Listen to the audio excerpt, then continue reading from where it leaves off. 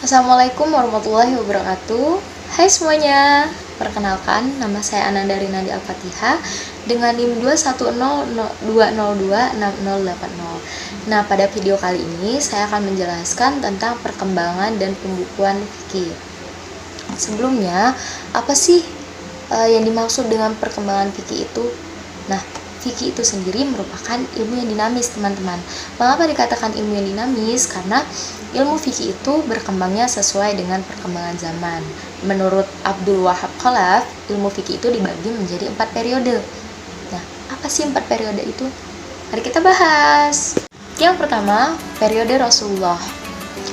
Pada masa Rasulullah itu, Asyibki itu menuturkan bahwa secara hakikat pertumbuhan dan perkembangan fikih Islam telah terjadi di masanya Nabi. Nah, pada masa itu fikih Islam itu mulai tumbuh dan membentuk dirinya menjadi sebuah perwujudan. Sumber asasi yang digunakan pada masa itu berupa Al-Quran, karena Al-Quran itu sudah ada, teman-teman, daripada masa Nabi. Kan Al-Quran itu merupakan mukjizat yang Allah turunkan kepada Nabi Muhammad SAW. Nah, dengan demikian sunnah juga telah menjadi sumber hukum saat itu dengan pemaknaan segala tindak-tindak dan didasarkan pada perwujudan tindakan Rasulullah Shallallahu Alaihi Wasallam. Semua hukum dan keputusan hukum didasarkan pada Nabi Muhammad, walaupun usia beliau pada saat itu terbilang tidak lama, namun masa ini itu meninggalkan kesan dan bekasan yang kuat dalam perkembangan ilmu Islam ke depannya. Jadi periode Rasulullah ini juga terbagi menjadi dua, yaitu pertama ada periode Mekah dan yang kedua itu ada periode Madinah. Nah, pada periode Mekah itu dikatakan periode Mekah karena di periode ini Rasulullah itu menetap di Mekah itu selama 12 tahun. Nah, di masa ini itu umat Islam masih sedikit dan masih lemah, belum dapat membentuk dirinya sebagai suatu umat yang berkedaulatan. Jadi Nabi Muhammad itu mencurahkan tauhid ke dalam jiwa-jiwa umat di sana dan mengajak masing-masing individu untuk meninggalkan berhala.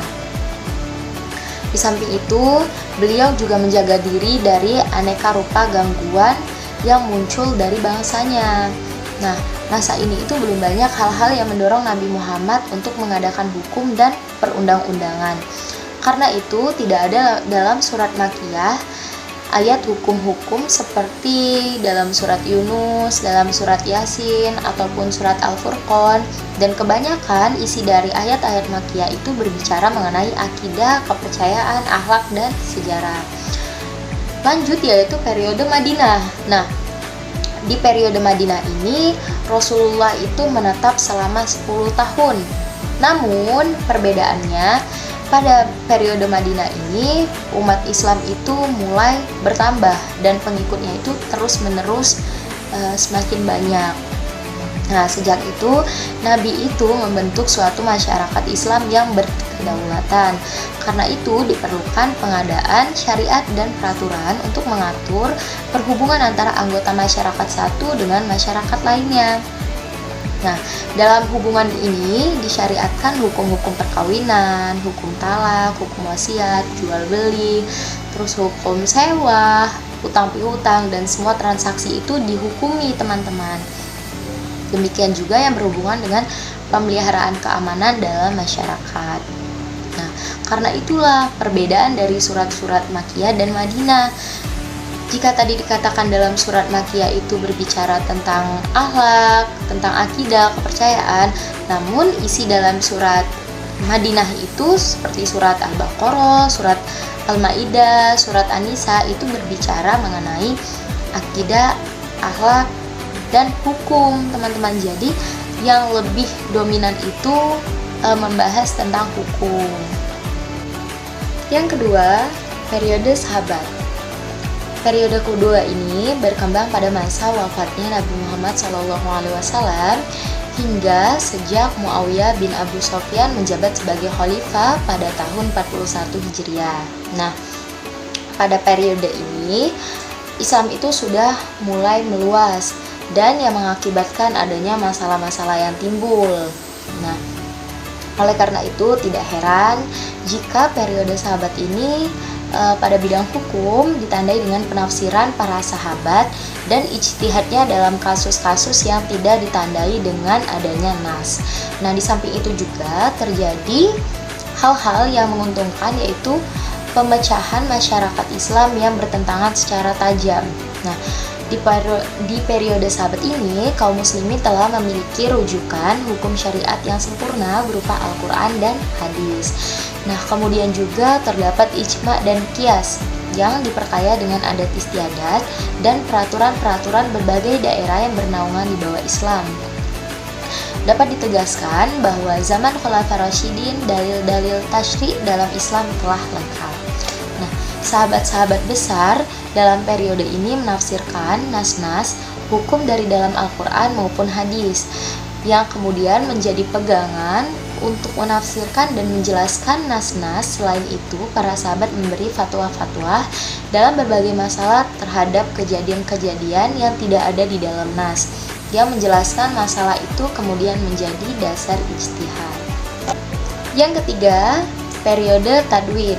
Nah, pemerintah Islam pasca keruntuhan Daulah Umayyah segera digantikan oleh Daulah Abbasiyah. Masa Abbasiyah ini disebut juga masanya mujahidin dan masa pembukuan fikih. Karena pada masa ini terjadi pembukuan dan penyempurnaan fikih, dimulai dari pertengahan abad kedua Hijriah sampai pertengahan abad keempat ini.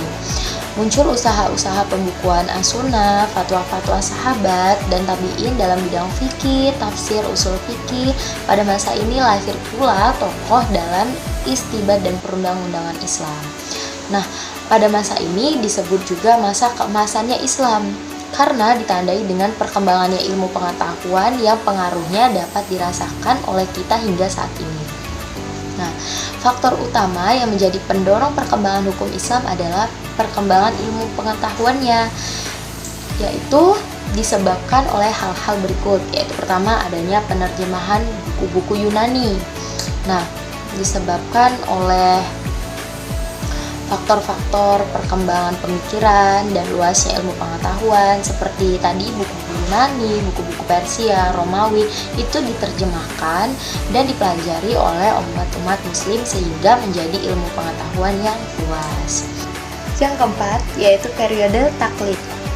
Nah, sejak akhir pemerintahan Abbasiyah tampaknya kemunduran berijtihad sehingga sikap taklid itu berangsur-angsur tumbuh merata di kalangan umat Islam.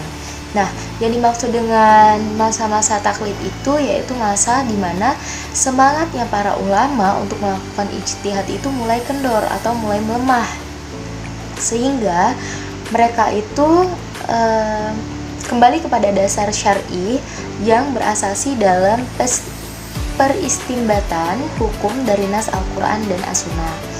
Sebab-sebab taklid sendiri yaitu keterbelakangan akal pikiran sebagai akibat hilangnya kebebasan dalam berpikir. Nah, masa taklid disebut juga pada masa para fuqaha mempropagandakan mazhab dan aliran mereka masing-masing. Mereka menulis kitab-kitab yang menjelaskan keistimewaan imam mereka masing-masing. Jadi mereka itu lebih mengutamakan imam mereka masing-masing gitu.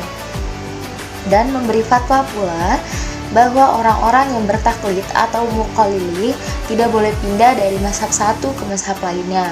Nah, pada masa ini kitab-kitab para ulama mazhab dapat dikategorikan kepada 3 kelompok, yaitu kelompok mantan, syarh, dan hasyiyah.